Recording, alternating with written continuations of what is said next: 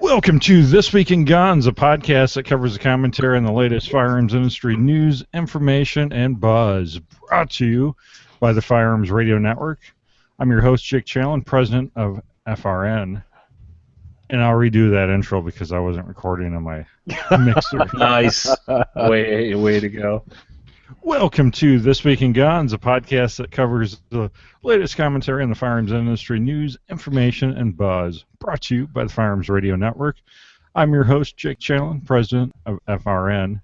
You make this show possible. That's right. You simply click through our Amazon affiliate link the next time you're shopping online, and you can support pro-gun shows like This Week in Guns because a small portion of your sales goes to supporting this show and the Firearms Radio Network. Bookmark firearmsradio.tv/Amazon. We have a great panel this week. We have actually identical panel to 2 weeks ago. I was looking at the show notes. I was like, I can just do some copy and paste here and be done with the panelist part of the show notes. We have Baraka James, president of Modern American Shooting and Firearms. Hey, Baraka. Hey, good evening. How are you, Jake?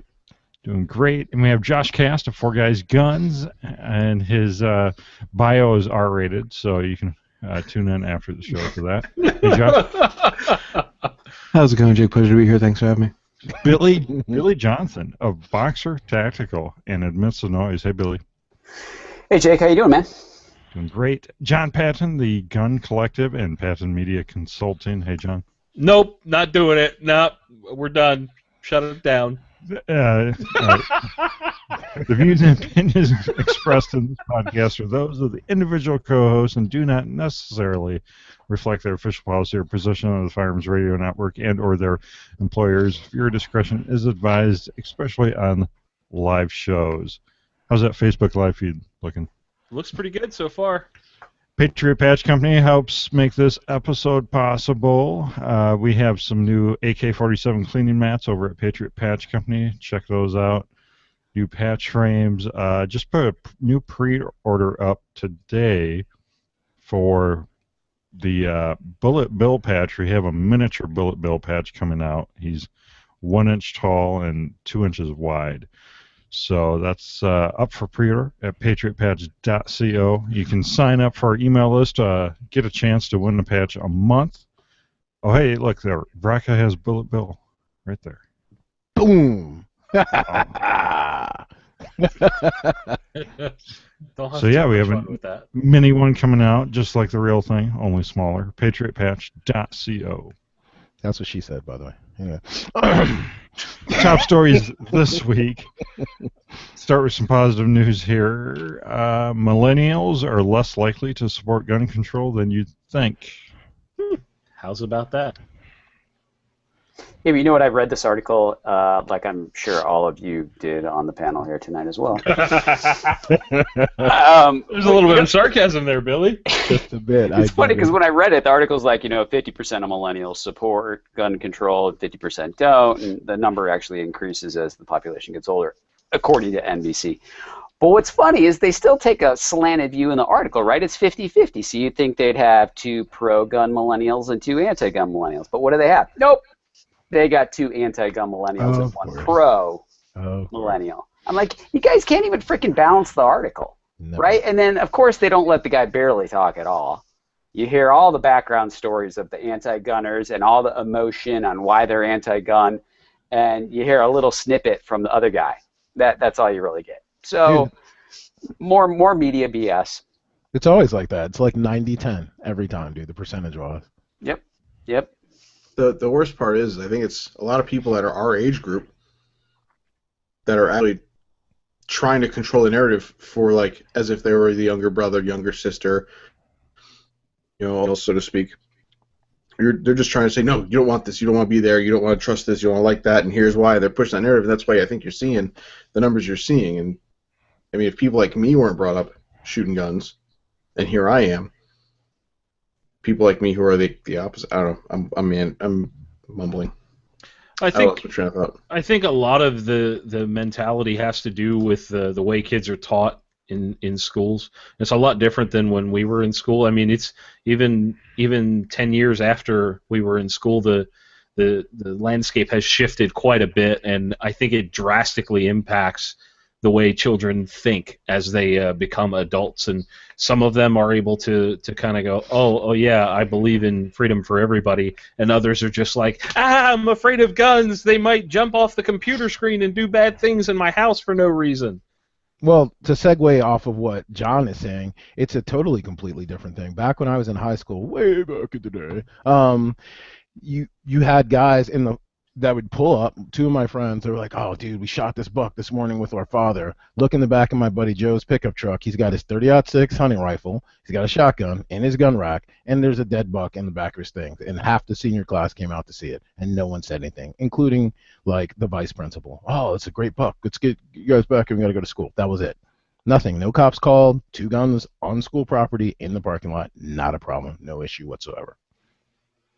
That's how it was when I was in high school. Kids brought their guns to school, kept them in their car because they were going hunting. After school, they went hunting before school. Yep. You're right. No incidences at all. Matter of fact, I remember when one of the star football players brought his dad's M9, aka the Beretta 92, to class, and Mr. Ott was one of our assistant coaches for football. And he brought it. It was unloaded. Mr. Ott saw he had it in his bag in class and was like, what are you doing? He's like, oh, my dad got me this really cool gun. He's like, put that away, man. He's like, you can't bring that in here. He's like, I don't want you to get in trouble. Dude, like, half the class knew he had that gun in there, and Mr. Ott didn't report him to the principal. SWAT wasn't called.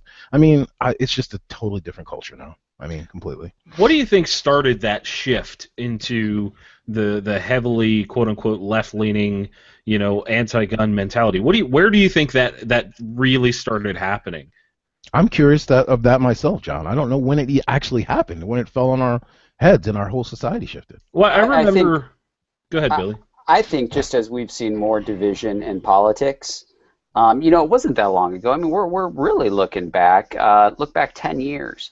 If you look at the NRA endorsed candidates, you had a ton of Democrats, right? Yeah, that's true. Now they're almost all gone. So more and more issues are becoming divisive, and we're dividing our political parties on it. I mean, why should the Republicans have gun rights and then the Democrats get the First Amendment? I mean, this is like ridiculous. Our rights are divided across political lines. I'd say Brady campaign. If I had to put a date to it, I'd say beginning of the Brady campaign. When was that? Ooh, yeah. 80s? 80s. Yeah, late 80s, which opened the door for, because Reagan was doing the good thing. And then who was after Reagan? Bush, right?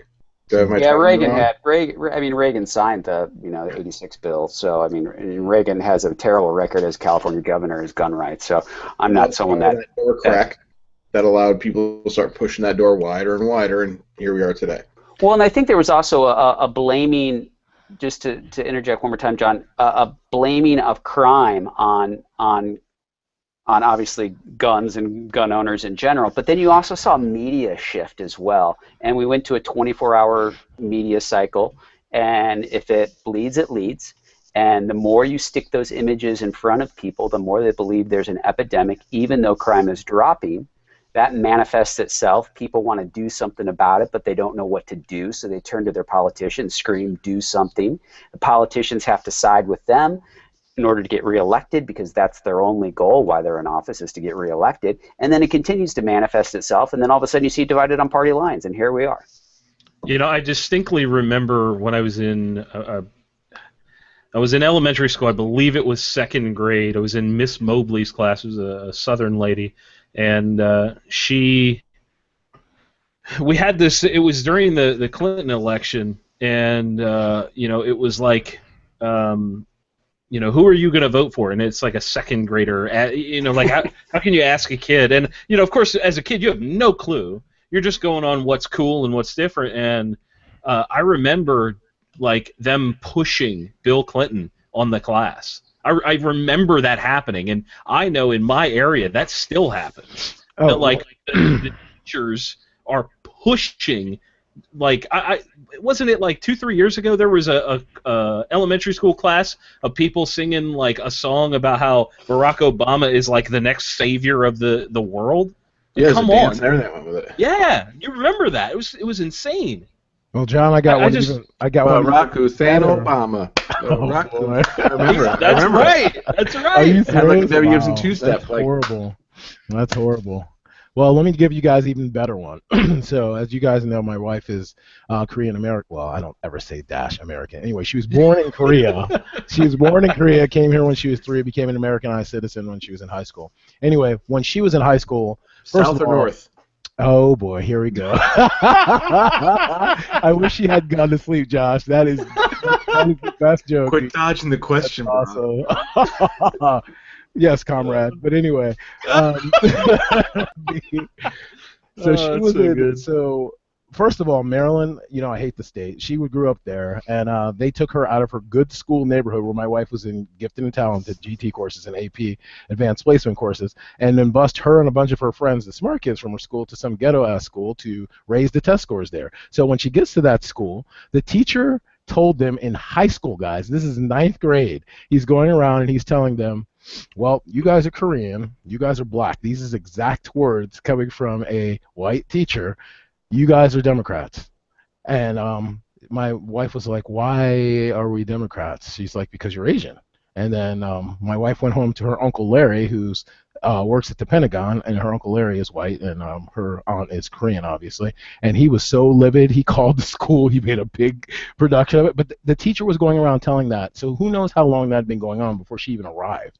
He was saying that. He was like, well, you guys are black, so you're Democrats. You guys are Asian, so you're Democrats. And you guys are Hispanic, so you're Democrats. A teacher was saying this, dude. Yeah. You want to talk about division. And these teachers get away with this all the time, man.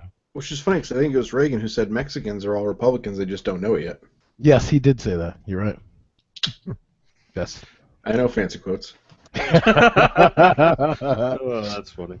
Somehow our positive news always takes a turn. So I always find some negative Billy. in the article. Billy always poisons. Let me steer it back, and we have our good friend Adam Kraut is seeking to become one of the next members of the NRA Board of Directors. AdamCrow.com. He's got Look Mike at that. So I'm proud of that kid. He's got Mark. Doesn't he have a shirt with a collar? This is stupid. You know what's funny? I told him, I was like, dude, we need to get pictures of you in a suit. Yeah, he does not. That's not material right there. We need to take a presidential photo of him. there we go. So if you go to adamkraut.com, you can learn a little bit more about Adam, the election process for the NRA Board of Directors. And basically, he has to get 250 signed petition by August, mid-August here. Oh. I lost the date. We'll make that happen. Definitely. And they need to be NRA members for either 5 years or life members. Life member. Right So here. can you bypass that 5 years by going and buying a life membership right now? I believe so. There you go. Yeah. But you could sign up as a life member right away. That's what I did. But you got to pony up what is it, 1,000? Yeah. I paid $500 at the convention. Oh, right. They offer those deals. Yeah, I've been a life member for the last 15 years. So I already told Adam he's got my vote, and we're going to try to get him more. So. He's got a lot of industry support, you know, with what he's been doing on shows like this and all the various blogs and, you know, writing for Breach Bank Clear. I know he's got some other things in the works, hanging out with all of us. And now he's got the legal brief that he's been doing with me, and that's being super well received. Adam's got his hands all over the place, and it's incredible to see this becoming a thing. I'm super excited for him. Me too. So you can go to adamkraut.com and you can either print off a petition, but the tricky thing is that you have to print it, if you're going to print it yourself, you have to print it on legal paper. So if you can't do that, go ahead and fill out the form on the website, and Adam will personally mail you a copy with a self-addressed stamped return envelope. And, Do I get a signed photo from his website on there? I want that photo of him with that nice smile. I mean, look at that boy. Look at that nice No, smile. you don't. No. You actually don't want that one because it's Such a handsome boy. That smells put like him. patchouli. It smells like patchouli oil, and you know, Oh, he's not even here right now. This is all right, he's probably screaming in the chat right now. So. All right, let's Getting into the main topics, main stories this week. TWIT, otherwise known as This Week in Terrorism. Lots of things unfolding around the world, especially in Europe. I'm going to read these headlines and then we can talk about it. Germany, 9 dead in Munich mall mass shooting by Islamic gunman. Japan, knife man goes on rampage at disabled home care, hacking 19 to death, 26 injured. France, Islamic terrorists attacks church in France and behead priest. Germany, Syrian refugee hacks pregnant woman to death in violent machete attack. Germany, Syrian suicide bomber hits wine bar, injuring 12. Well, there's one more. Wow, that's it's a repeat of the France one. Can I just start this off with a very interesting question? Somebody posted this on the social media feed, and I thought it was curious. I'm not a religious man. I believe in spiritualism and all that sort of stuff, but I don't consider myself religious. However, you don't really see a whole lot of headlines with Christian extremists and Jewish extremists and things like that. This is really, really interesting to me. That it seems like there's this idealistic thing just going on through Islam, and it's I'm not really one to jump on that train and go, oh, Islam is the worst thing ever, because there are good people that practice that religion. But what the hell is going on? Well, one of the things I wanted to say is I'm people say religious, but I'm not. I'm a Roman Catholic, and when I saw that priest, that 80-something-year-old priest got his throat slit, that particularly hit home with me because me and my family almost every Sunday attend Mass. However, there's a slight difference. My priest is a former FBI agent and an expert in not only pistol marksmanship but CQB knife fighting. So my priest has his gun on him all the time, plus a fixed blade. He also knows that me and my wife are armed every Mass and encourages more parishioners to be. So I just think it's sad because over there, once again, they don't have the ability to protect themselves, whereas at least here in America, our priest encourages us. He knows that we carry guns to Mass. He carries his own gun and his knife to Mass, so at least we have, again, back to the advantages of living in this country, of being able to protect yourself versus living somewhere where you have no options to protect yourself. I mean, well, the one guy in France too was out on bail. He was 19 years old. He had been arrested twice trying to travel to Syria to join ISIS. He was a known person, and supposedly he was under surveillance. But come on, we all know you can't have everybody under surveillance all the time. He did have an electronic ankle bracelet monitor, which obviously, as most of us always say, none of that stuff does anything. It doesn't stop anybody from committing horrible acts of violence. That's right. But I think what you're seeing now, though, is you're starting to see, and I kind of thought this would happen because it kind of, it manifests in the media as we give more and more attention to these attacks. Mm-hmm. Someone who had been thinking about doing something, who maybe necessarily wasn't so motivated, right? Maybe they needed the encouragement. And I think we saw this with the police shootings here in the U.S. Now you get these guys going, wow, look at this guy. Look at this crazy guy in Japan doing this. Look at this crazy guy doing this. I can do that too. I can, you know what? I got something in my garage. I can put something together and I can go hurt a bunch of people. And so it encourages those people that are maybe just slightly off, right? Maybe they're not totally gone, but they see that attention those people are getting, and they're saying, I can go and do that too. I think you're right. Why not me? Yeah, why? Look at this. So I think that's some of what we're seeing. Only thing, I take the Japan guy out. I don't know if you guys read the Japan story. He's you could say he is a terrorist because he did want to terrorize people, but he by no means was, pledged allegiance to ISIS or anything. The guy was whacked out of his mind. Yeah. Like if you read anything about him, that Japanese guy was whacked out of his mind.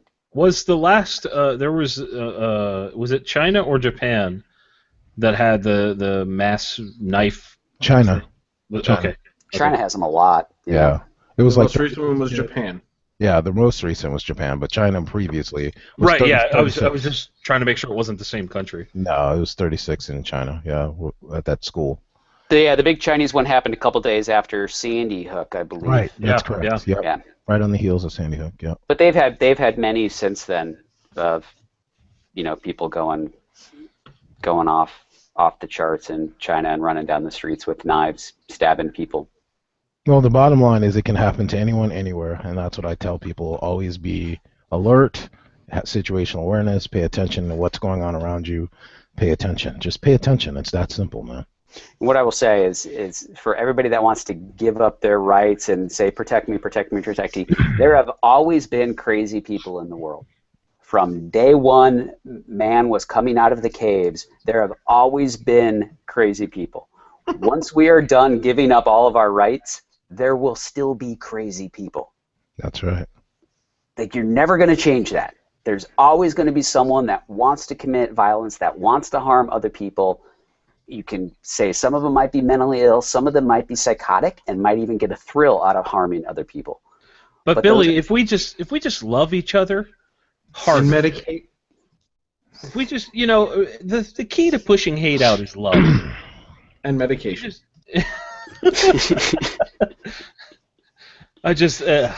You know what, John's frustrating. onto something there. I could take the $2,500 or so I've invested in this and go out and buy some flowers, patchouli oil, and sandals, and walk around and spreading peace and love, and listening to, maybe that's a good idea, John. Maybe This will last longer. Oh yeah. All right. Well, no sense doing this show anymore. We're all going to throw our guns away now. Everybody, we need to get out of this way. Take your shoes off and let's get in a drum circle right now. Do I need to go get my djembe? Djembe, what is that? That sounds very African of you. It's a big African drum. Oh, well, there you go. Munich mall shooting follow-up. Man who screamed at mall shooter wishes he had a gun. German officials urging even more tightening of already strict gun laws. So we actually have a This Week in Terrorism now? Wow. Germany, Japan, France, Germany, France. Yes, I already said that. Were you here? No, I wasn't. He's a little slow on the uptake. It's okay. So Jake steps away from the desk, so I mean, geez, I should just walk away every now and again. Can somebody provide me with context on the guy who was screaming at the shooter? I'm not clear on what happened in that situation. His words hurt too, John. Well, was it before or after he was shooting? I think it was during, wasn't it? Wow.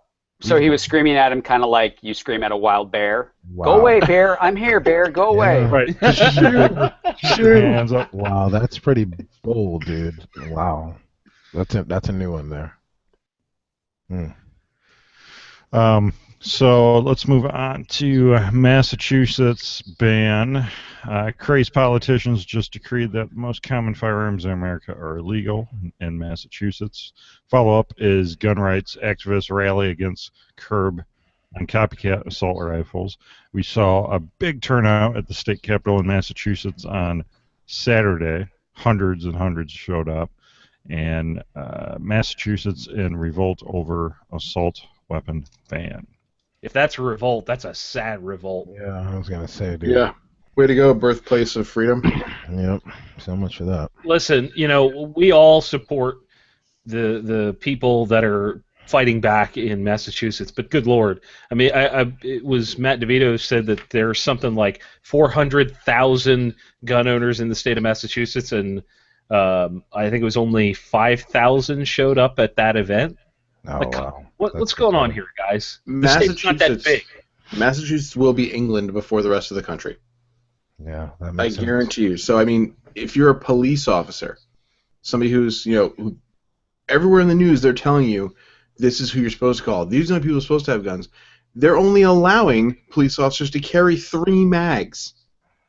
Wow. So, with all the shootings that are happening and stuff like that, people targeting cops, their response is put another cop in the car. Then you have 6 mags. Wow. Hold on. 6 mags. So, hold on. It gets better. He meant 3 times 2, dude. That's what he was looking for. Right. So you have 6 magazines in the car now. And you can't carry an AR-15. No. That's you have to get certified on that.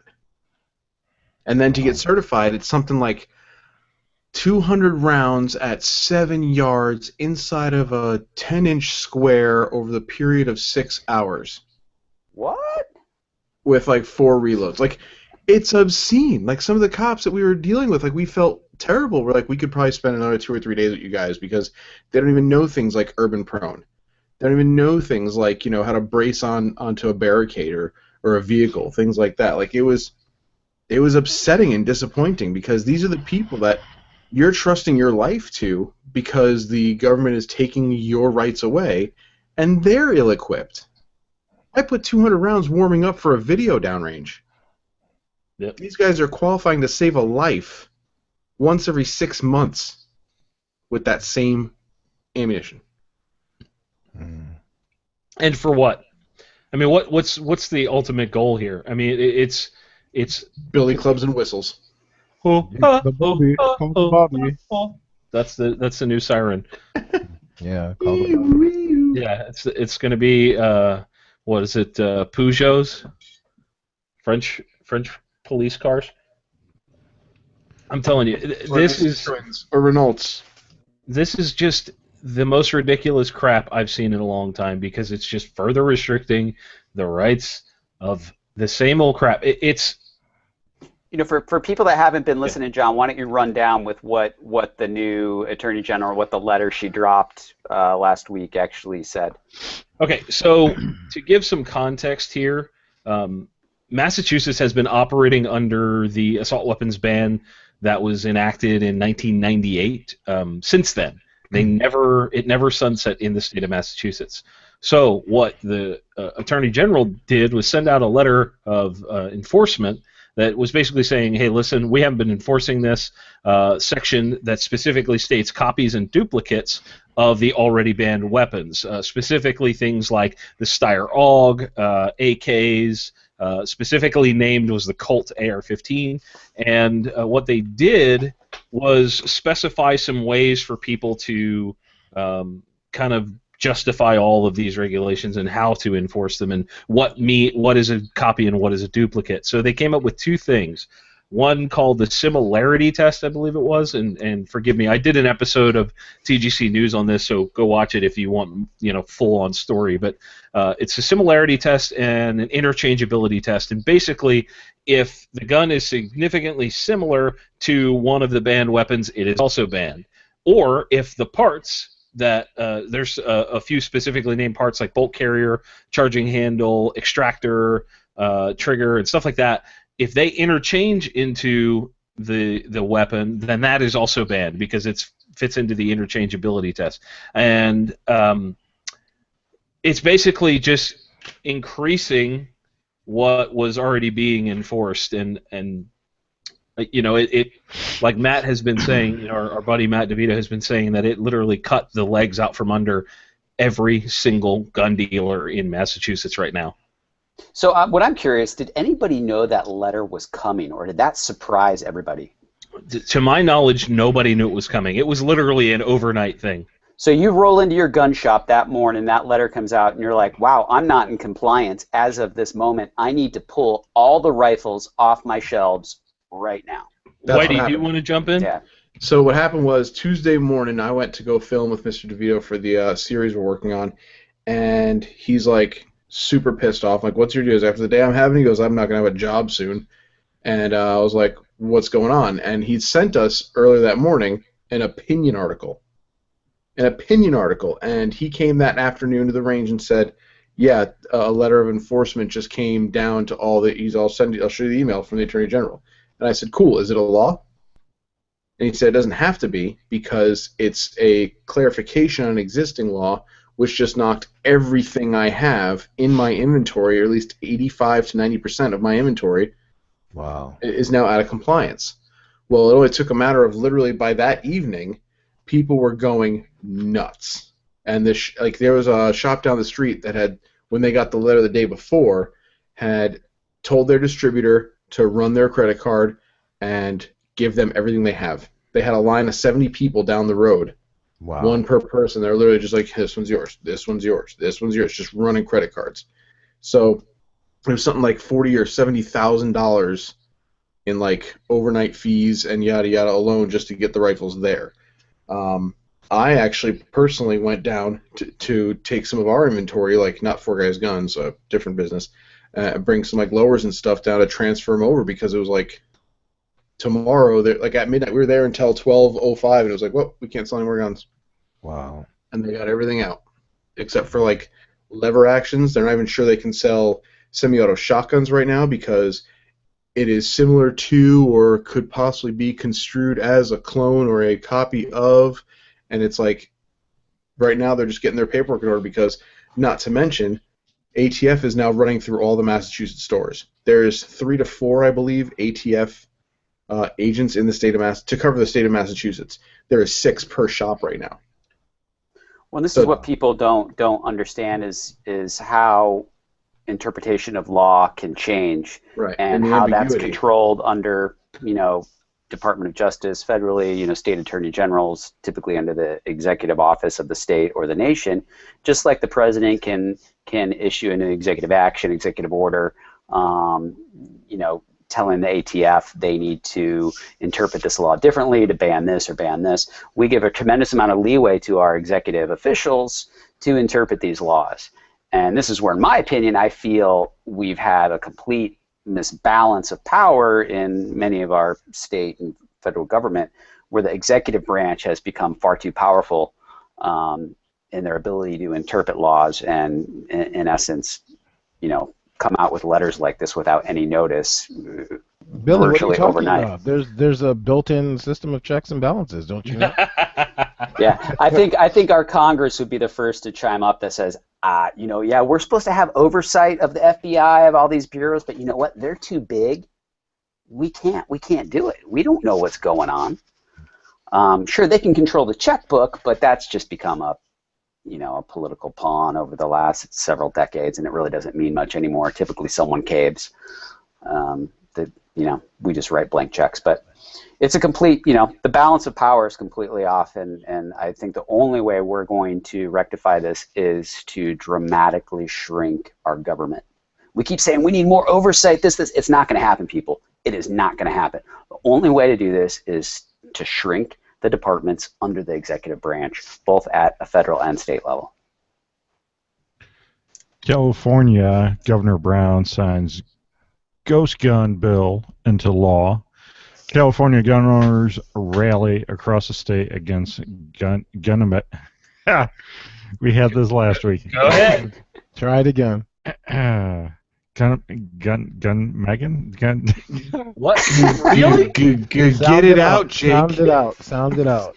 It's Armageddon, but with gun on the front, so it's Gunmageddon. There you go. Yay. You did it. California gun control repeal initiatives greenlighted, added ghost gun measure. What's that word again, Jake? During this, it's like Armageddon, but with a gun, so it's gun. Gunmageddon. I absolutely love it when you struggle on these words. So good. So, coming up on the ballot here, possibly this fall, the Attorney General can assign referendums to the ballot in November. And currently there's 6 referendums on the ballot in November. While they prepared title and summary, they still have to reach the required signatures to officially get on the ballot. But there's 6 already to do with repealing these gun control packages that were recently signed into law. And then there's a 7th that's coming that's the on the other side of the equation, which is the ghost gun ballot measure, which would involve I guess I don't know, 80% lowers, 3D printing. What does the I didn't read too much into that side of They things. just hemmed up a SFPD dude for building one, so. Did they really? Yeah. Yeah, that happened. That case has been going on for a while. That guy's getting hosed. That's we cover that later on here. So. Oh, okay. We'll come back later. Not now. Do not pass go. Do not collect $200. You slow your roll. So you're asking about the ghost gun bill? The ghost gun, petition here for it. Well, the one bill he just signed was that they need to have serial numbers on it. But he did not sign the 80% lower bill, but I know that, so we're talking about the ballot initiative here now that's going to go on the bill. Right, so is that 80% lower? I believe that's what's going on the ballot initiative. You know, I got to be honest with you. What's going on in California is so damn confusing because there are so many different bills. And I have to say, for those Democrats that are doing this, well played, guys. Like, well played, right? We're going to divide this up into so many different bills, make it so difficult to follow, make it so confusing and scary that we'll get a lot of them passed. Well, correct me if I'm wrong. Aren't all of the legislators immune to those bills? They don't apply to them, only the residents of the state? No, I believe they apply to them. The only carve-out I knew that, and I don't want to be talking out of turn here, someone in California knows far better than me. One of the lawsuits that Cal Guns and Firearms Policy Coalition, they were suing the state on, was the carve-out for law enforcement, where law enforcement, former law enforcement didn't have to abide by the laws, which I completely disagree with. I back the lawsuit because I don't think anybody should get a carve-out from the law. There are no special classes.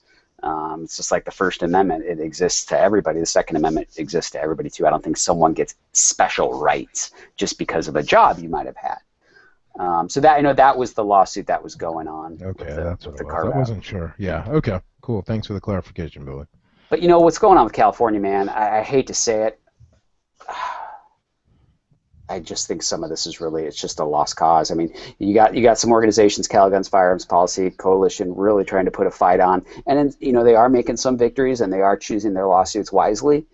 But these ballot initiatives, they're going to be hard to fight because it's very easy to convince people of things. This is where I go back and forth on ballot initiatives. Ballot initiatives are a direct democracy, which is not really how this country was intended. I think it's going to be very easily to sway the population of California into voting yes for many of these bills. So there are currently 17 approved ballot measures for November 8th. Can you imagine how long this ballot's going to be once these others are added, or if they're added? Right. And what are people going to know? They're going to know one line about each one, right, Jake? Like, people aren't going to research all 17. They're going to go, this is the scary one. This is this one. This is this one. And you guys see it. You can read a ballot initiative, then you can watch an opposing commercial and a for commercial, and you're like, wow, like these people made it look exact opposite of what it actually says. So it's super easy to sway people. By design, though. I mean, that's all by design. Yeah, that's why you want a ballot initiative, right? And let's see who can raise more money and fight it out on television, on ads. Yep. I mean, that's what it's coming to. A pro-freedom playbook for gun owners. Last week we talked about the ARS's gun violence playbook, where it laid out how to talk to people to push your gun control initiatives, how to say the right words, don't say this, do say this. So to contrast that, someone's come up with a pro-gun version of this, saying don't do this and do this. So, for example, it says don't talk about gun rights or say you're pro-gun. Talk about civil rights. Put firearms in the context of the entire Bill of Rights. All rights count, don't they? What kind of person wants to destroy an American civil right? I agree, because it's a God-given right to protect yourself and your family, your loved ones, your property. And see, it's already working on Baraka. So. I'm brainwashed. So, next one says don't overload the argument with statistics, and it says do use simple, high-impact numbers that expose the nonsense of gun control. And I'll just read the headlines, and there's more detail on these, but it says don't harp on the Second Amendment. It says do bring up the First Amendment or the Fifth. says, don't talk about media bias, but do point out that if it bleeds, it leads. Billy, did you write this? Just the image at the top of the page is like, okay, how do you get anybody to read this? How internet arguments work. Here's the funny thing with this, Jake. Like, we don't teach any kids in any public school about their rights. We don't really talk about this. See, now in fact, I don't ever even remember really learning about it in school. So you have a bunch of kids educated. They don't really know what their rights are, what all this means, limitations of government, and they should not infringe, blah, blah, blah, blah, blah. So many people don't know this. It's actually, it's a really frightening thought. But, the one thing I think is good with this, and I'm a big supporter of, and I've always tried to do with many of my videos, is really lump the Second Amendment together with our other rights. I do think that's really important. We cannot allow it to be fractured out, and that's why you'll very rarely, if ever, see me use language like calling anti-gunners liberals or Democrats. I don't like that division. I try not to ever use that language because it shows a division of our rights. It doesn't matter that you might see the movement coming from the left. I just think we shouldn't use those type of division terms. That's a big thing with me. Just call them anti-gunners, people that don't like the Second Amendment. Because there are a lot of liberal gun owners. The problem that you see is this division drives those liberal gun owners into the closet, right? Because they don't now want to be labeled as a right-wing nut job. So that person that might be liberal, vote Democrat, that owns guns, that might actually support the Second Amendment, might not want to come out and say they support it because they're afraid of those labels. So those are my big things. Stay away from the labels and lump them together, man. You're right. You don't get to pick and choose which rights you can defend. That's right. That's exactly right. You don't get to pick and choose. They're all right there. And the next one's interesting. Don't rely on logic and facts. Use emotional arguments and stories. And you know what? It's a shame, but that's always been the biggest division in politics is facts versus, and I know you guys have seen Idiocracy, okay, because that's exactly that line where the one dude is like President Camacho with the AK-47. He's like, folks, we need to water the crops, and he's like, what? No, that's bad, bruh. And then the whole crowd's like, oh, he wants to use toilet water to the stuff that's in the toilet to make crops, and he's like, what? And he's like the only one making any sense, and he's spitting out science and facts, and the rest of them are like, that's stupid, drink more beer, blah, blah, blah. And then they're like, yeah, you suck, you're stupid. Yeah, it's exactly true, dude. More electrolytes. Brondo, the thirst mutilator. That's right. But it's true. I mean, emotion always trumps. I tell people all the time, this is your brain and this is emotion. When your brain turns off and emotion turns up, that's what happens. It's two-way channel here, dude. I mean, I watched that movie, I think like 2 months ago. You guys said you'd never seen that movie. You were telling me I'd never seen that movie. So I went actually, after the show, I went and got it on like Amazon and watched it because I'd never even heard of that movie. But don't tell me our world's not going in that direction right now. Oh, our world's already in that direction. Thank you. Yeah. Thank you. The movie is so ridiculous and so stupid. It's like a documentary now. Oh, I know. You're watching this and you're like, yep, that's 97% of the population. Oh, yeah. That's why politicians love ballot initiatives. All right, last couple here. Don't talk about bans, registries, or confiscation, but do ask how they'll get criminals to obey their common sense laws. Oh, common sense. I hate that word. Oh, it just irks me. Common sense. That's the problem. Most of the population doesn't have common sense. There's a bell-shaped curve when it comes to intelligence. You have the people to the right, 100 plus IQ, and the people to the left who have no understanding of what's going on that can be spoon-fed anything on emotion. And that's the problem. The emotion. Well, that's what they're telling you to do here is use their tactics to subvert them, basically. I agree. I mean, it's the only way you can now. I mean, bottom line, dude. Last one. Don't accept, or don't use this, don't accept gun violence as a term, but do call attention to the real issue, criminal behavior. Now that we've kind of covered all of them, I think it's, I think it's a little short-sighted. I find in my discussions with people that I struggle with using emotions against people because I don't think that way all the time in regards to this kind of stuff. The thing that I find is very interesting is a lot of people that are against firearms ownership close up when you start bringing up these sort of discussion points. If you ask them about criminals obeying laws, they immediately change the subject to something else, and they refuse. Like, people don't want to have a discussion. This is like an outline on how to have a conversation with somebody about this and how to subvert them into believing what you believe. But I am of the belief that people don't want to have that conversation. They would rather live in their own little world and just say, no, you're wrong, without wanting to actually accept the possibility of change. Well, most people don't want a conversation. They just want to tell you. This is the thing. Debate. Most civic debate in this country is completely gone. Right? We just have a bunch of people screaming at each other. Yeah. I'll gladly sit down. I'll gladly sit down with any anti-gunner, and I will discuss anything with them. And I will tell you what, they will have a seriously hard time debating me about the Second Amendment. I don't have to use tricks. I don't have to use emotion. I don't have to use any of those things. I'm not going to use Saul Alinsky's rules for radicals against people that use it against us. That's not the way I play. So some of that stuff I disagree with. I don't have to go down that path.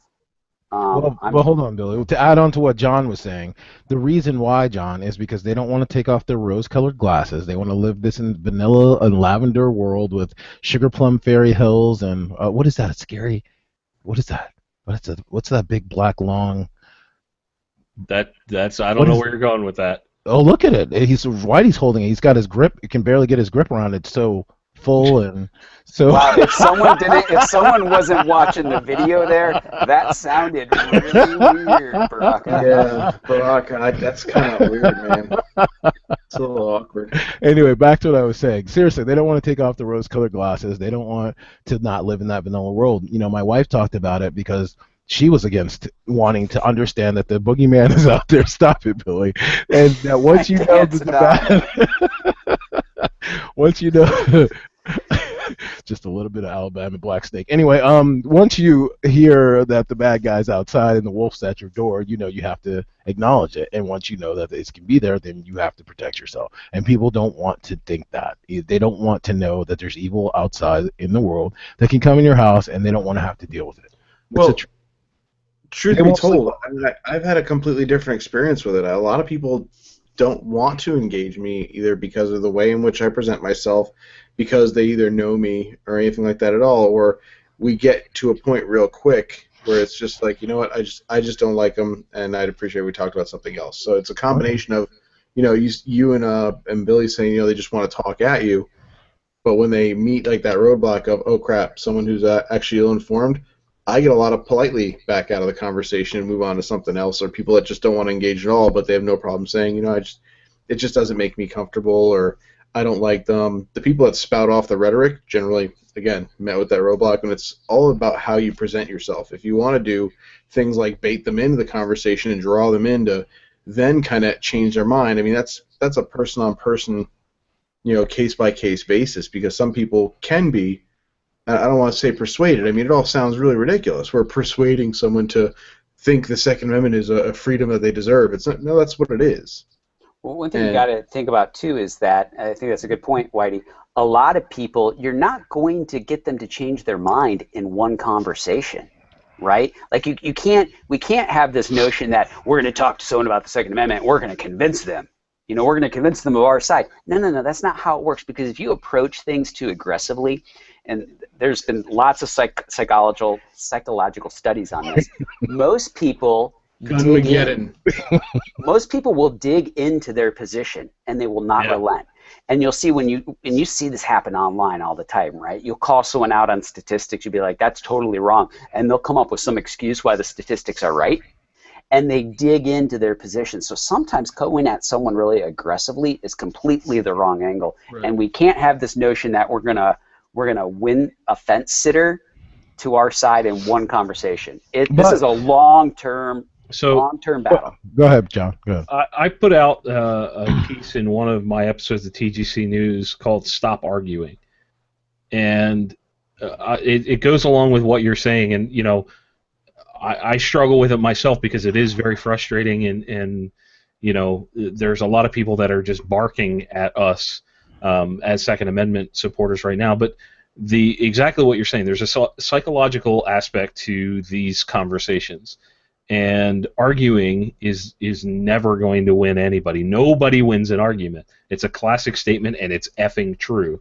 And something that, you know, has come up time and time and time again is when you say things like that. Like I said that publicly, and I actually caught crap for telling people to stop arguing. There are guys that are like, F that, I'm going to scream at them all day, and they're going to do it my way. It's like, what do you think is really going to come out of that? And the internet age has kind of given a lot of people that are very argumentative and simplistic the platform to just berate people. And I think that is part of what is causing a lot of the struggle within our community. Is we've got people that are calculated with what they say, that are engaging with what they say, but they don't necessarily have the time to go to every person and have a conversation like we would need to have happen, right? We don't have that ability. I'm not saying I'm one of them, but the people in the community don't necessarily have that ability, and the guys that tend to have that time or want to go on that offensive are going crazy, just screaming at people on the front lines, so to speak, and I think that does more damage a lot of times because it pushes people to dig in, like you're saying. But at the same time, we don't want to be like Jedi mind trick manipulative either. So Josh, just help me with this. Hold that back up, Josh, for a second. You don't want to sit there and say, Josh, can you hold that back up for a second? What up? The rifle. You don't want to sit there and say that. No, I'm because I'm going to use it for an example. The big black scary thing? Well, what I was saying was you can't sit there and go and pull the Jedi mind trick and go, hey, you want to take a look at my big, long, girthy, rock-hard black freedom stick, and then pull a rifle out and show it to them, because they're going to run screaming out of the other room. And they'll be like, that guy's crazy. He manipulated me. He said that he had... I thought he was going to... Never mind. But you can't manipulate people and do that either, because then they're going to feel used and violated. So I think what Billy was saying, you have to have an honest conversation, but at the same time, what Josh says, because we're being sensible and approaching it in a respectful, intelligent manner, if they say back off, we have to stop there too, because we don't want to push our thoughts on other people. So it's a tough place to balance. I don't know. I have personally what I consider, I don't want to say win over, but I have personally converted many people that were not Second Amendment supporters to strong Second Amendment supporters over a period of like 4 to 5 years. It has taken time. And now some of these people are gun owners. They go out shooting, and they love it. And these were people that you could have asked them maybe 4 or 5 years ago. They would have thought there needs to be bans and more regulations. But it has taken a lot of time to win those people over. But I think an important thing to note here too, Baraka, is that while I don't agree with the shouting and yelling, it's not my style. Mm-hmm. It's never been my style. There's a place for everything in every movement. And every movement is going to have a place for those people that scream and yell, because they're going to scream and yell at the other side of the people that scream and yell. And then somewhere in that debate is the more rational people that are sitting down and having a conversation. We've seen this almost with every movement in this country. I mean, Martin Luther King knew very well that he needed Malcolm X to make his movement work. And there's a lot that went on there. And it was brilliant of Martin Luther King, the peaceful movement, understanding that he knew he needed Malcolm X. Good cop, bad cop. Yeah, he knew he needed that in order to succeed. Yep, so every movement needs a certain element of that. And so there is a place for it. I don't necessarily agree with it.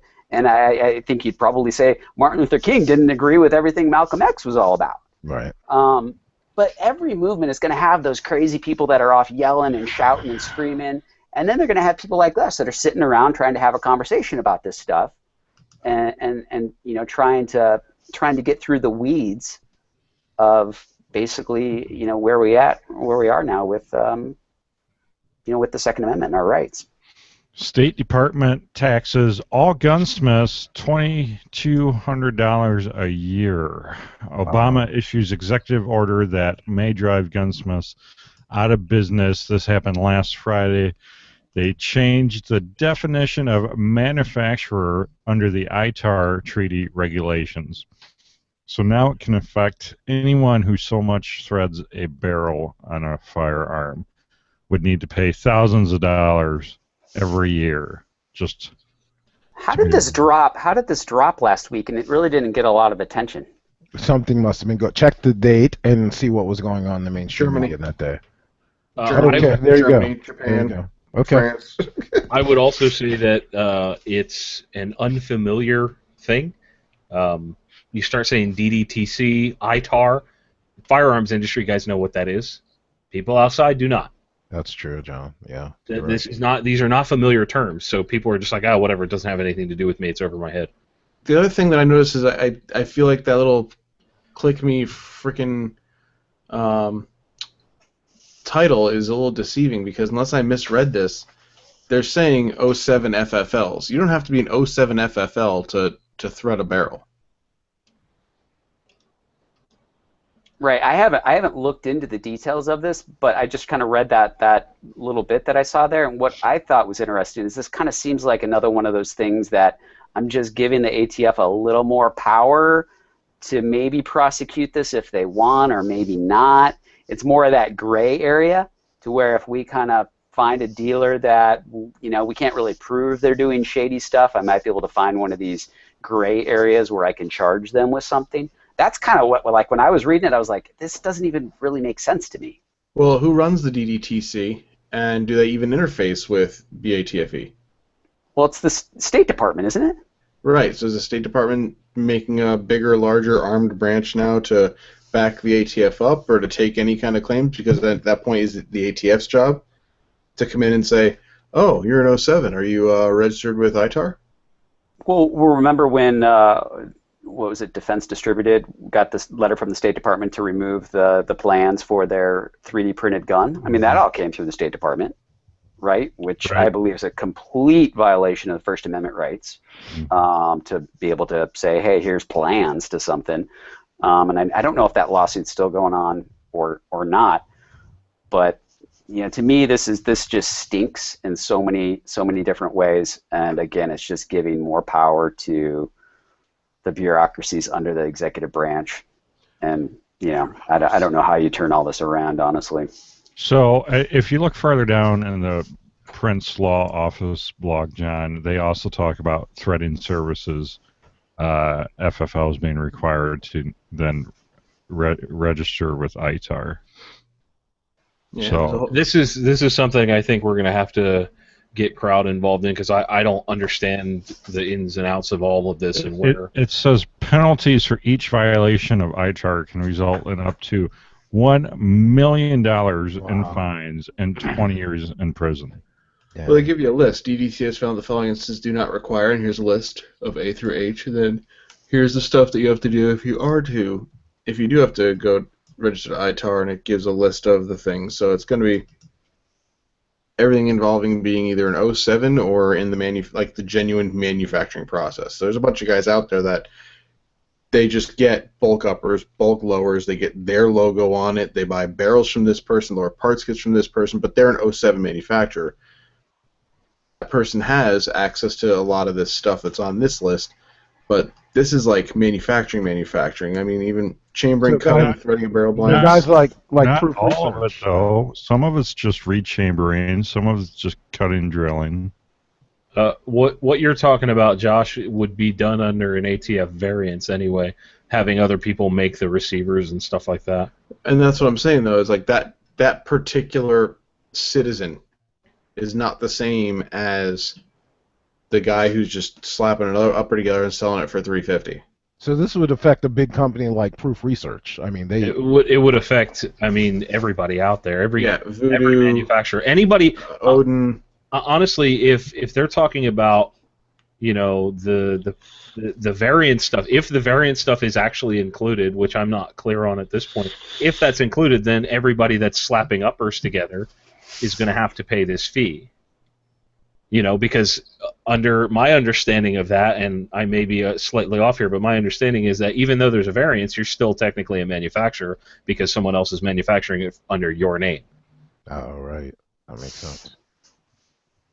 Well, we'll see if we can't get Adam on sometime soon to talk about it. Judge dismisses FireClean's defamation case against bloggers. FireClean versus Tuhoy dismissed. Whoop-de-doo! What does it all mean, Basil? This was something I covered in last week's show. I'll make it quick. So the reason it was dismissed is because the court in which FireClean was suing Tuhoy and Everett Baker was in Virginia. Neither one of those two gentlemen that were being sued live or do business in Virginia, and therefore the court does not have what's called personal jurisdiction over those two gentlemen, and therefore the case was dismissed. So what? Did he have to go sue them in the state they live in? Yeah. Essentially, yeah. So wouldn't their lawyer know that to begin with? Yeah, it's a rookie maneuver. Yeah, I mean that's what people are saying. I don't know. Sig Sauer loses appeal and silencer case. If you guys remember, we talked about this several times. But this is that Sig silencer that has a shroud that goes over it. So essentially, Sig could sell the internal part, and then you could buy the shroud through a Shroud form. like foreskin? I mean... Oh, wow. What is it with you? Oh, This week. That was sexual this evening. I couldn't. you let on it like go. horny? It was too much of a weird. It was too much of a softball, dude. I'm sorry. Go ahead. It's a monocore baffle system that they're trying to pass as a muzzle device, and then they sell the actual can itself, the shroud, as a serialized part to complete the muzzle device as a suppressor. But without that part, it is not a suppressor. It's just a really big muzzle brake. I mean, I just noticed I'm this. not surprised by this at all. Go ahead, Billy. What were you going to say? No, I was totally off topic. I was just going to say I just noticed how messy Whitey's room is there. It looks like he's like on that show Hoarders. I've been traveling, dude. When I gotta pack camera gear, it's like this whole place gets turned upside down. There's a mannequin arm back there too. That's weird. He's got guitar. He's got Halloween pumpkins back there from like 2 years ago. What's weird is my daughter will put like a pink operator band on the arm and then carry it around the house like a battering ram. What is that? A chest rig hanging off the closet door back there? Plate carrier. Oh, okay. Slide Fire Solutions forces bump fire systems out of business. John, I know you covered this. Can you give us the 2-second summary? Yep, SlideFire owns a patent, and Bumpfire Systems was being a POS and trying to get around it. They were also undercutting everybody in the Bumpfire stock industry by selling their stocks for like $100, where everybody else is, 2 and 3 times that amount. So they got sued, and SlideFire won. Because they didn't have the money to pay better legal representation because they were undercutting everybody. Kind of funny how that works. Huh? I mean, the judge upheld the patents, and long story short, they had to pay SlideFire a certain amount of money and essentially cease and desist production. So they're out of business. So at least they sued him in the right state. That right? Boom. Hey-o. Crimson Trace acquired by Smith & Wesson. $95 million cash deal. One thing's for sure, they're not Colt. That's for sure. They're acquiring, and this goes back to, we talked a while back about John. What was that lead sled thing? The rifle holder. Caldwell. Didn't they acquire Caldwell or a division of? That was something with Battenfeld or something like that. I think it's ATK owns like all these huge brands. Yeah. The ATK family is massive. Go ahead. So this is Smith & Wesson just continuing down that path of acquiring more accessory manufacturers to generate, I would believe, more margin and revenue on their actual pistols. A lot of the guns, like the Bodyguard and even some of the Shields nowadays, You either have a Crimson Trace or a Crimson Trace availability. LC9, I think, has it too, or LCP. And that's awesome because that means Smith & Wesson's going to start making money off of everybody. Well, there was so many factory, distributor packages where you could buy just the gun, or you could buy it with the gun and the laser for a little bit more. Right. Right. Even on 6-shooters, I saw. Oh yeah, on everything. I mean, it's just everywhere. Everywhere. So get the Smith & Wesson is a 1.66 billion with a B billion-dollar company. Oh wow, I had no idea they were that. That's amazing. amazing. So here it is, Josh. In 2014, Smith & Wesson purchased Battenfeld, which is Caldwell, Frankfurt Arsenal, Wheeler, and a bunch of other companies. I thought that was under ATK. That's my mistake. That's a huge conglomerate.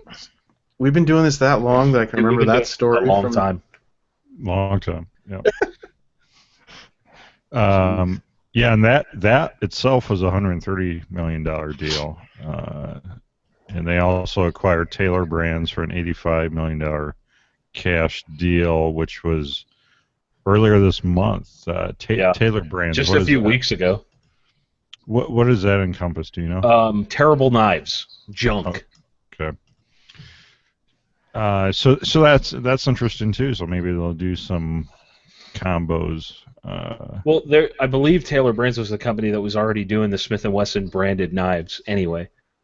Oh, were they? Okay. Yeah. That would make sense.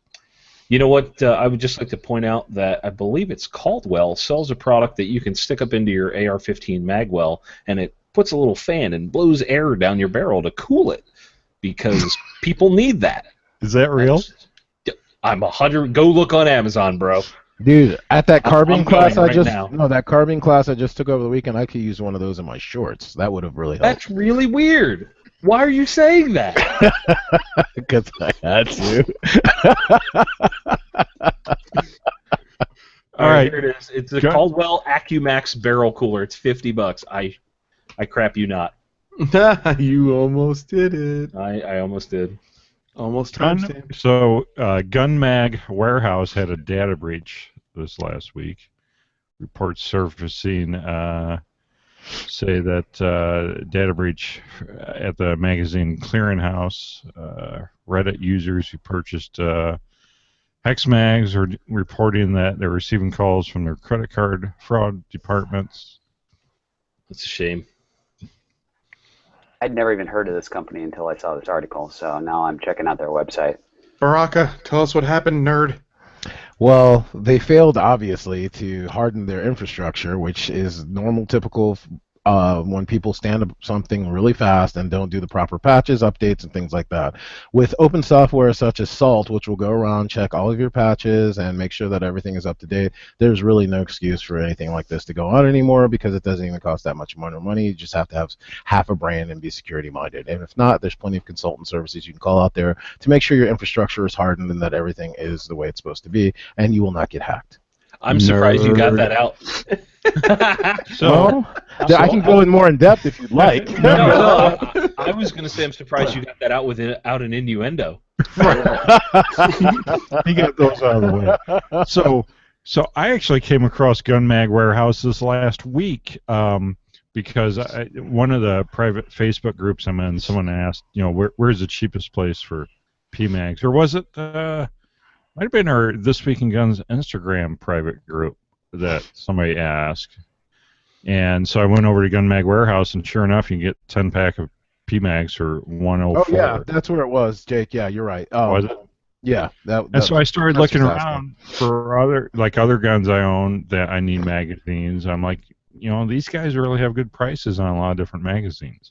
I've talked at length to Michael Lemke, the guy that owns the place, and he's a good dude. Like I never really had any issues with him. He's growing a business very, very quickly, and I think he ran into exactly what Baraka said. Things got away from him. I'm curious what platform they're on, because just looking at them, it looks like they're on like Shopify or BigCommerce, like one of the bigger generic shopping cart platforms, which I would think would have pretty good security. You would hope so. Well, are they... It really depends on how the hackers got in, what they got. Well, what I'm saying is most of them are hacked specifically because of laziness. I mean, unless you have a seasoned hacker like some of the services, the pro services for a lot of the companies I work where they actually go and they set up spear phishing sites to get your Windows credentials to do what we call lateral movement across the enterprise network to get into different things and do queries to see where they can get. Wait, And did you say Windows? Is this a PC Windows? you based? have to understand most infrastructure in this whole country Yeah, is built yeah. on Windows platform. So if you can go in, for example, of an unknown company who I won't mention, the VP was hacked with a spear phishing account. We got control of his domain controller credentials, and he had access to everything. So from there, you can get you own that network, carte blanche. You can lock out all the administrators, and any hacker can do that. I mean, if people are not educated about how to harden systems and not, because what they do is they make these duplicate sites that look just like the company site saying, hey, we're giving out blah blah blah in the cafeteria today, all you have to do is sign out blah blah blah, and they put it on company letterhead, so on and so forth. They harvest their passwords, usernames, and blah blah blah, then they own the network. But I'm just saying, I don't see someone going through that much trouble for something like this, so it has to be negligence. It just has to be somebody who failed to patch simple security things, because there's sniffers always out there looking for old zero-day exploits and not patch stuff that they can get into networks with. So One thing I noticed with Gun Mag Warehouse is that they don't have site-wide security certificate. The SSL, right. It's only on the shopping cart, it looks like. You guys would be amazed how many companies do large, where you can go and they're putting credit card usernames, passwords, and things with plain text traffic, not SSL encrypted, that you can go and see. You can harvest all that. It's just through the air, dude. Pull it right down and you got it. You own everything. Well, like our merchant account, we don't store any credit card data. Like, it's absolutely, I mean, Right. once it's input and it goes to the processor, I mean, it vanishes. It's not stored anywhere. And I think personally, and that's why we chose it, because we don't want to store any credit card info. We don't want any of that info. And it's a lot safer. But Billy, I'm just saying, so they make the thing called a load balancer, like Citrix, NetScaler load balancer. It all it does is it masks all of your real machine's IPs with VIPs, a VIP pool, which is virtual IP addresses, and it goes through either round robin or least connect on those servers. And with that SSL, it does what's called SSL bridging, which means you actually can't see the packet to read what's inside of it. It just bridges it from one place to the other. The only way you can decrypt the SSL is if you have the certificates. You can encrypt and decrypt on each end and see what's actually inside it. So with SSL bridging, you never even see what's inside the packet, like you were saying. You guys don't even need to worry about it with a thing like right, which is important. I don't think enough consumers know, though, when you go to your URL and you see HTTPS, right, you exactly. need to see S, and a lot of browsers will have a little locked system. It shows that you have an encrypted connection to that site. You got it, brother. Not a lot of people know to look for that. So I got a phone call from GoDaddy the other day. Mm-hmm. And I think this is somewhat relevant. They said that now what Google is doing is pushing a secure web. So what they're doing is they're favoring sites in search results with SSL. Interesting. So the guy from GoDaddy's like, listen, you need to have this on your site, otherwise it will just get patched. It'll get put down 2-3 pages in search results because it doesn't have it. That actually makes sense. Yeah, but I agree to a point, but that's also a GoDaddy guy trying to sell you a $500. Oh yeah, he was definitely trying to sell me it. But I'm saying if that's at all true, that Google is pushing a secure web and they're favoring that in any way, then that's cool. I mean, that's a really interesting thing. And I think obviously a cert is a must. If you have a shopping cart, you got to have a cert. If you don't have a cert and you have a shopping cart, you're just not being smart. In my opinion, humbly. I'm offended. To the I'm offended section, somebody here is offended, not necessarily me. California, more than 7,000 firearms destroyed in the annual gun melt event. That's insane, dude. Let's see if we can get closer on this here image. See what appears to be a Winchester Model 70. No, I'm just talking out of my butt right now. So Why are they? They're like taped together. I guess it's like, hey, we stole these from law-abiding citizens or people that we didn't need to take these guns from. Let's tape them all together.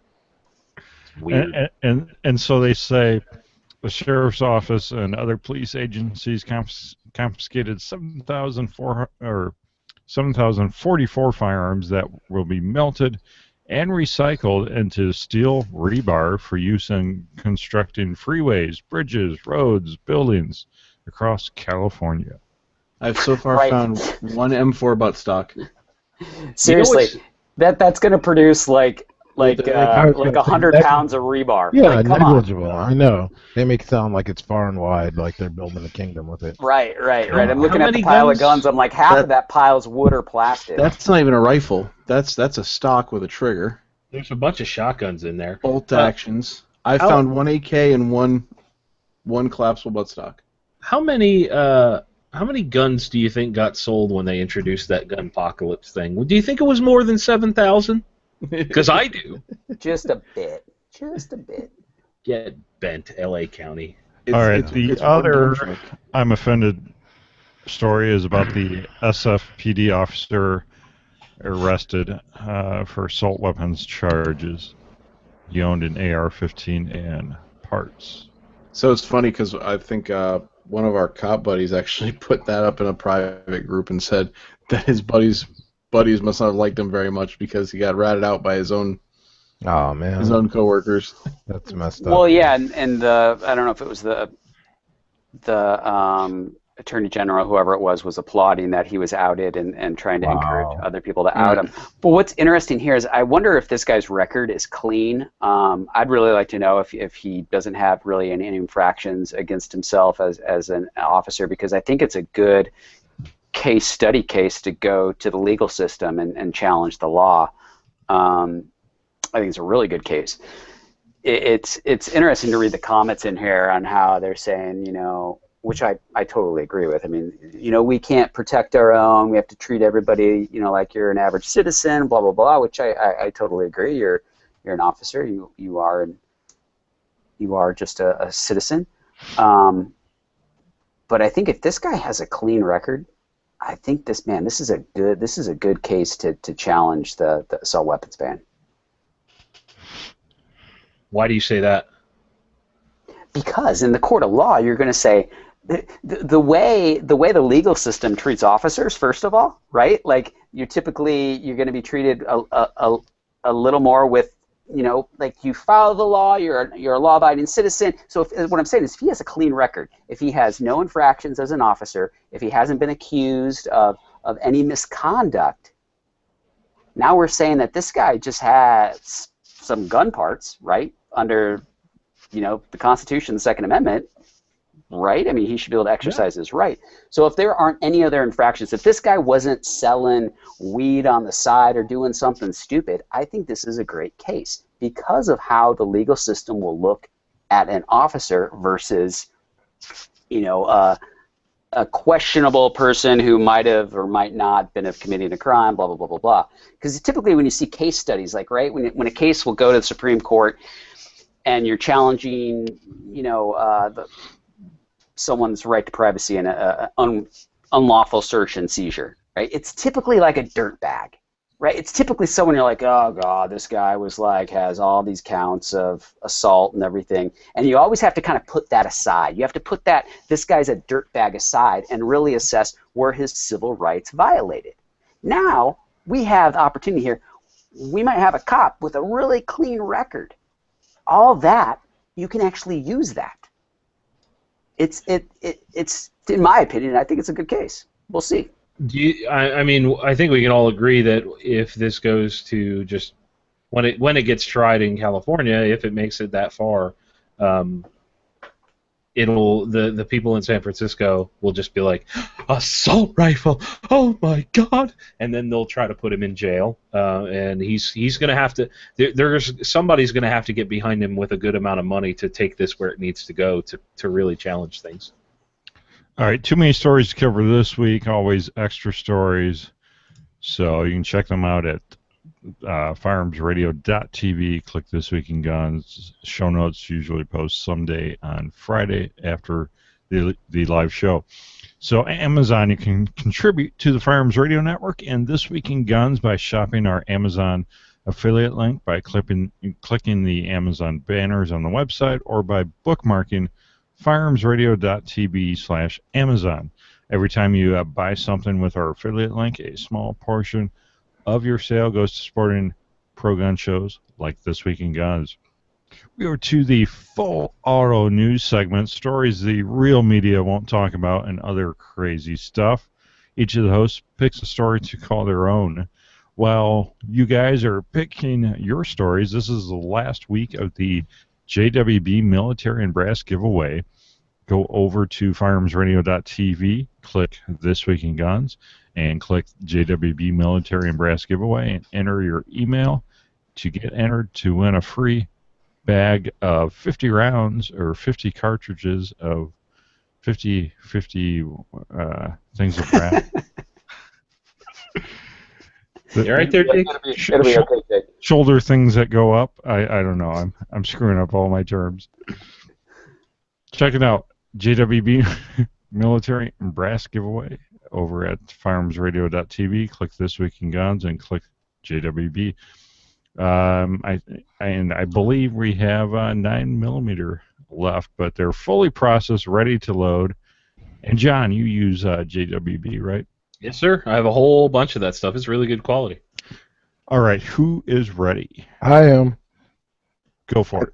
So the most disgusting story I've seen in years is this one about over in Indonesia, where in Samarang, Indonesia, where they have a toilet-themed cafe where customers dine on meatballs floating in soup-filled latrines, and they sit on bidets and various toilets, and you eat out of toilets. Okay, first of all, anybody that was young and drank a lot of beer and stuff like that, the last thing you ever want to do is see. You've seen that when you throw it up with your beer and your alcohol. I don't understand how someone would want to do something so gross. I don't care if it's a fake one. I don't care if it's a real one. It's just disgusting, and I don't understand why people are that bored in life that they would go to a restaurant that is serving food out of toilets. It's absurd.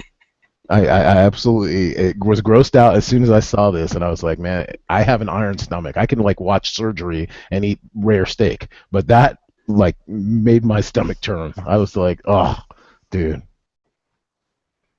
That's all. All right, Billy, what do you got? All right, I got the Pokemon Go player. Pokemon Go player shoots gunman during attempted robbery. So, you know, I've been a little hard on the Pokemon Go people lately.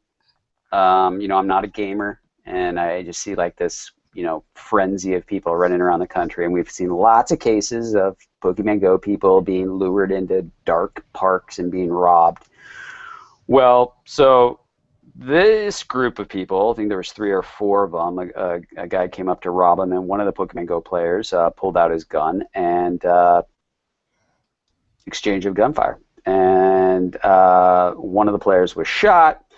It was not clear if it was the person that had the gun or not. The suspect was taken to the hospital with a gunshot wound in his back. So I just want to say, you know, be careful out there. Apparently Pokemon Go people are packing. But what I also say is the incident happened at 4 a.m. And I will say my mother always told me nothing good happens past midnight. So if you are playing Pokemon Go, maybe wrap it up. You know, maybe don't go to the park at 4 a.m. Just my 2 cents. One comment on what Billy is saying here. Okay, just a small clarification here.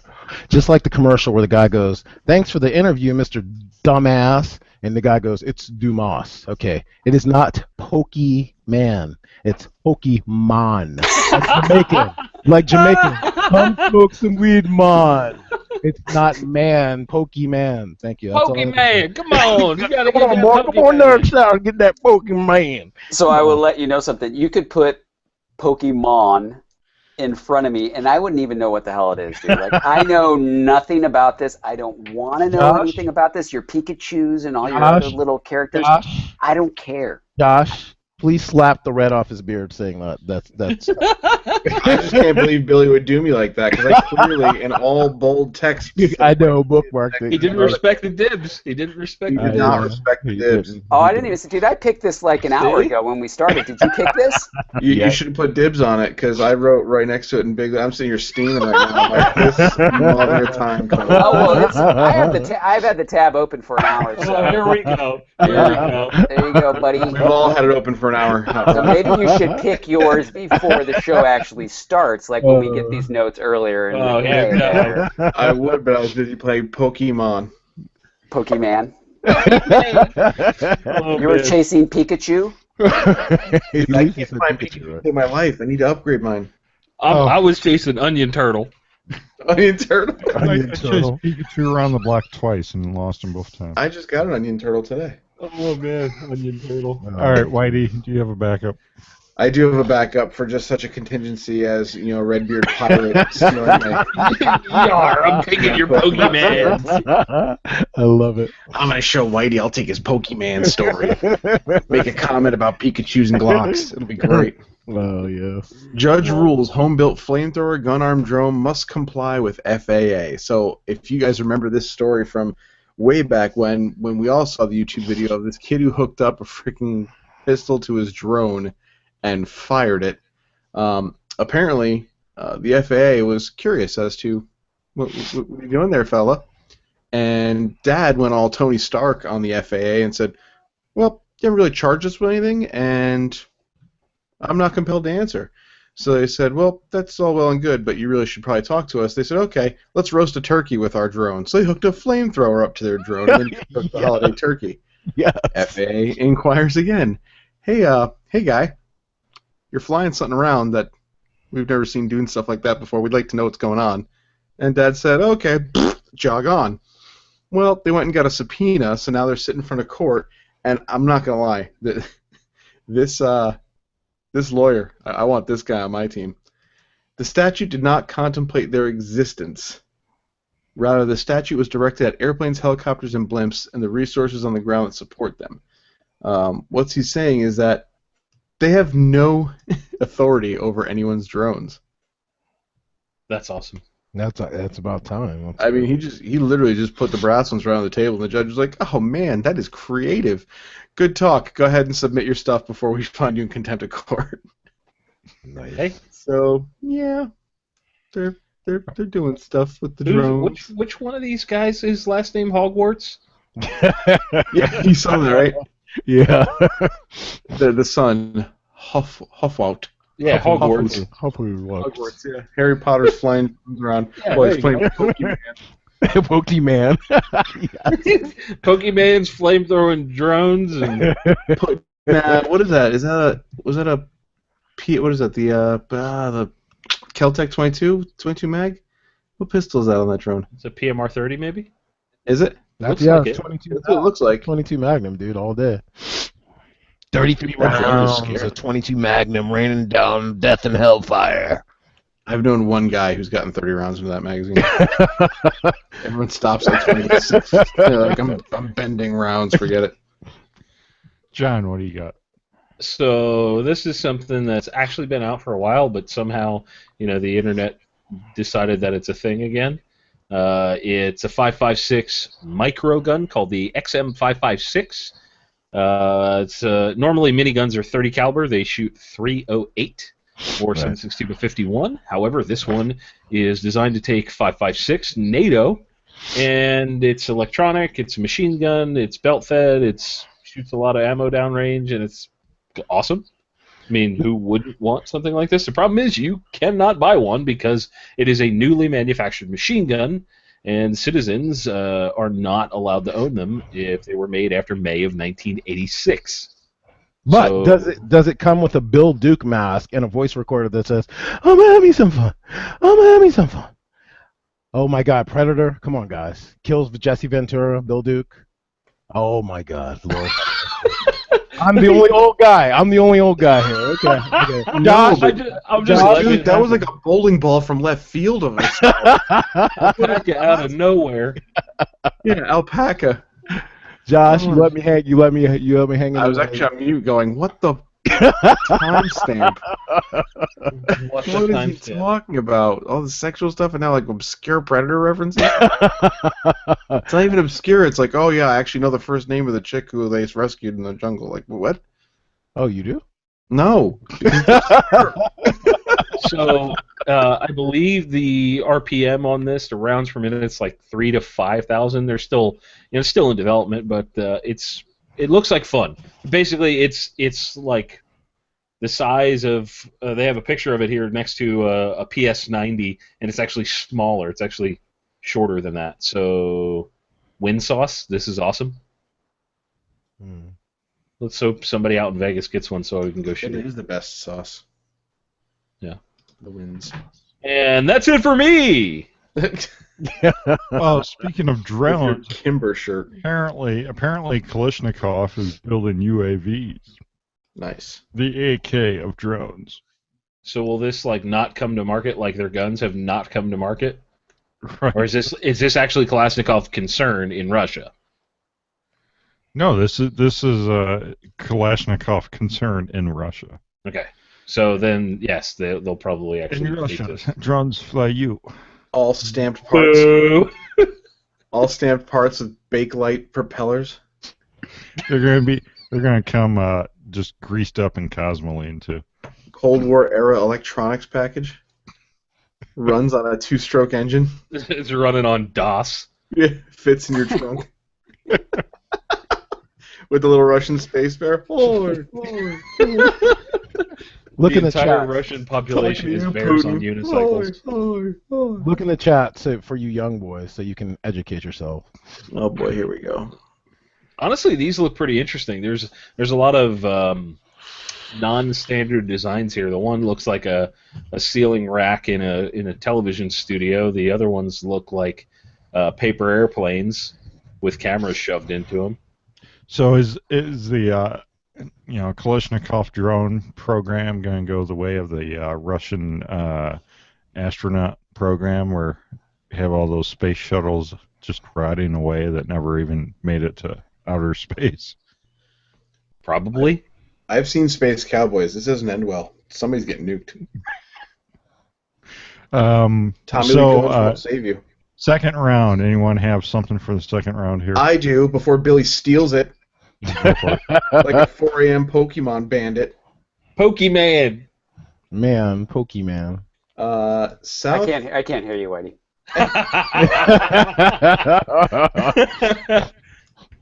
South African National Park's field grenade launchers. I'd like a moment of silence for Harambe. Oh my goodness. Oh boy. Now, who wants to talk about a bowling ball out of left field? There we go. D's out for Harambe. But legit, wouldn't you like to take a poacher out with a 40 millimeter? I mean, yeah. Yeah. They've got a variety of munitions there. A That more looks like fun. militarized approach to fighting poachers. I'm sorry. You want to go get some rhino horn? Nah, bro. My last partner's a crater over in wherever the hell that town is. You want to try that one again, Jake? It's African. Okay. Okay. Harambe. Oh And my goodness. Cecil. Poor Cecil. So I also, in regards to this, I don't remember if it was something we talked about on the show or not. There was a company that's trying to make synthetic rhino horn and flood the market with it so that basically it makes the poachers, the actual horns, worthless because it's so good. I thought that would be cool. All right. Anyone else? Second round. I've got a second round, bro. Go for it. Does it involve justification of that Kimber shirt? Nope. Brutal. It was a free shirt, bro, and it's comfy. Brutal. So I want you guys to imagine a young man named Derek Foreman. And Derek Foreman, guess where he's from? Wisconsin. 50 states. Guess where he's from? Wisconsin. Nope. Florida. Florida. Florida. So this young man decides that he's going to get into an altercation with his mother because she brought home Chick-fil-A and he didn't want Chick-fil-A, so he headbutted her. Classy. What did he want? It doesn't say. Oh, okay. Probably Jack in a Box. I don't know. Florida. Basically, he just headbutted his mom because he didn't want Chick-fil-A. And that's really all there is to that story. There is nothing more to it than somebody from Florida is a freaking psychopath. Yeah. It's the Gunshine State, bro. Well, you also have the Kentucky moviegoer that pulls gun on father because that guy's kid was kicking the back of his seat. Wow. I mean, I know Ben Affleck is annoying, but wow. All right, anyone else? Bueller. I'm watching this guy bail out of a vintage World War II airplane. I'm not sure what it is, but it's pretty cool. Nope. Patriot Patch Company helps make this episode possible. Check out, we got the miniature bullet bills on pre-order over there, patriotpatch.co. And also new pre-orders live. The Summertime Brew beer pre-orders are up there live as well, patriotpatch.co. Patreon, we're currently working on making our own Patreon system over on Firearms Radio Network. So you can still support us at patreon.com/week, but we will be transitioning here in the coming months over to our own system at firearmsradio.tv. Ooh. Very cool. Very cool.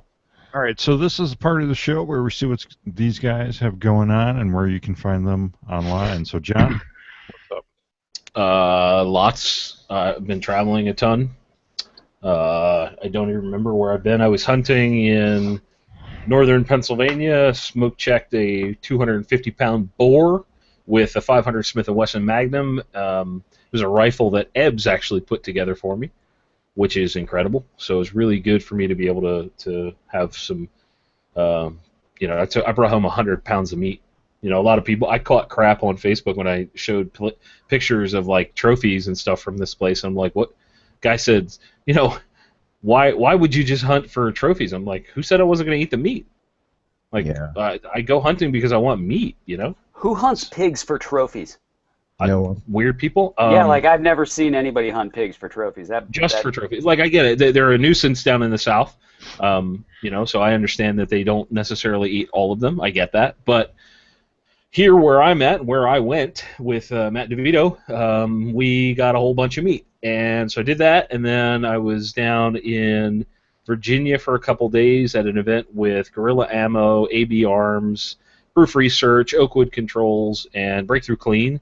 Trying out some new products, looking at some new ammo, blah, blah, blah, blah, blah. And then tomorrow morning I'm heading up to northern Pennsylvania again, back to the Stone Mountain area for another event. I'm going to hang out with a couple good people up there from USA Chemical Supply and Auto Targets. And then next week I'm going to visit Whiteford J. Handyman, and we're going to go shoot some stuff.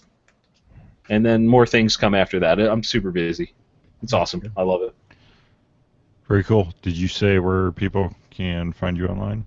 You can look for me on the interwebs if you search for The Gun Collective. And keep an eye out, because at the beginning of September, there's going to be something really, really special coming out. I will just say that Patriot Patch and I are going to do some really interesting things going forward. So go subscribe. Cool. Whitey, what's up? And where can people connect? Last week, had a last-minute couple photo shoots out in Colorado, so that kind of pushed back the new series we have coming out with our new friend Mr. DeVito on Firearms Radio Network. And it's pretty interesting to give you guys a premise. It's literally like trainer versus like fat guy. Trainer versus Whitey. Trainer versus Whitey, and some drills where the loser has to kind of run the drill with like a really horrible gun. It's going to be a weekly series, hopefully starting next week. And we have a video coming out tomorrow on the X Products Cannon. I'm all caught up on my photography post-processing, so we're going to get back to regular scheduled shenanigans on 4guysguns.com. You can also, our most popular platform, facebook.com/4guysguns. Catch us on Instagram, 4guysguns. If you want to follow or poke around with me on Snapchat, FGG Whitey. And, yeah, busy. I'm going to shoot some videos with Mr. Patton next week, and looking forward to getting down to Connecticut. Are you going to show John the way of the Pokemon? Pokemans. Pokemaniana. Oh, where is my phone? I need to Pokemon it up right now. All right, Billy. What's up and where can people connect? You can always find me mostly on Instagram, either at Amidst the Noise for me personally, or Boxer Tack, and Facebook as well. It's going to be a big weekend. Actually, we finally, our 1.5-inch Zenith belts are coming out. They're actually on the way to our third-party logistics that does all the shipping for us. Actually, they start arriving tomorrow, so hopefully Saturday I'll be turning it on. They're going to be exclusively only on our website for the first 2 weeks before they're on Amazon. And that's going to be the way for all our new products that we're releasing. They're going to be exclusive on our website for a couple weeks before we turn them over to Jeff Bezos. Personally, he meets our boxes in the warehouse and checks them in. It's very nice of him. Big Second Amendment supporter, Jeff, over at Amazon. Drop him, Jeff@Amazon.com. Drop him an email. He loves to hear from people. He's actually on a Pentagon board now. Did you see that? No, what? He's on what? He is. He's on like a new board over at the Pentagon. What does the Pentagon have a board for in the first place? Is it some technology board? Yeah, I don't know, they're trying to develop Skynet or something. They got Bezos on the team. Oh, boy. So anyway, yeah, send all your pro-Second Amendment emails to Jeff Bezos at Amazon. It's their Innovation Advisory Board. Well, one thing he definitely can't tell you is how to innovate and make money. So that will be very good for the Department of Defense, because Jeff Bezos only knows how to do one thing, and that's spend money. That's all the Department of Defense knows. Right. So it's a perfect marriage. It's a perfect marriage over there. Anyway, I digress. But yeah, new stuff coming out this weekend. So if you're not following us on social media, check it out. We'll always release things on Instagram first, and we'll go from there. Anyone want to drop me an email on billy@boxertactical.com. Very cool. Baraka, what's up and where can people connect? What's going on? The best and easiest place would be on www.masf.co. That's our website. You realize the www is unnecessary. I understand that. But do you also realize that I can go and hack most of your networks? Okay, there. Now what? No, I'm just teasing.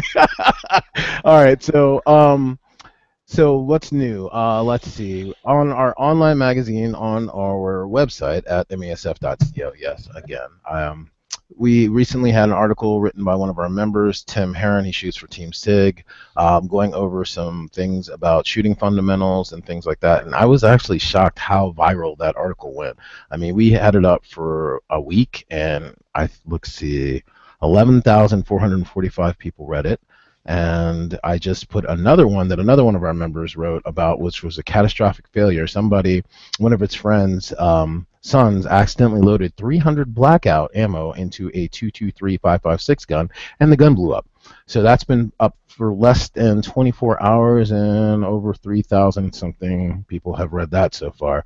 So the best place to connect with me is through our website. Another place is Instagram. It's hard for people to remember my Instagram tag because it's my first name, BARAKA_U_James. John just tagged me on his Gun Collective one, so you can actually just go to his post and find me there. We have an event this weekend with a local company here in Virginia called Warrington Arms. They're doing some team events. They're doing a customer appreciation day. We're doing a membership drive out there. They're giving out raffling off a bunch of free guns and training classes and things like that. We'll also be debuting our newest shirts that we just got with the Awesomest there, new MASF shirts. Cool. And yeah, that's it. That's all we got going on. Just busy trying to raise money to fulfill our mission. So go check out our mission on our website. And thank you for having me on. I really appreciate the time and enjoy it as always. Honor. No problem. And what did you just catch a Pokemon? Onion turtle. That's what I really see, the onion turtle. That's awesome. You can leave your feedback by commenting on the bottom of the show notes, bottom of the YouTube video, Facebook, wherever. Leave us a review, however you listen, iTunes or wherever. Contribute to the show using our FRN Amazon affiliate link, bookmark firearmsradio.tv/Amazon. Well, thank you, John. Hey, Jake. Thank you, buddy. Thank you, Josh. Pleasure to be here, Jake. Thanks for having me. Thank you, Billy. Thanks, Jake. Sorry, I was just playing Pokemon here. Nice. Thank you, Brock. My pleasure, and it is Pokemon. So mad. That's a wrap. We'll see you next week. Bye.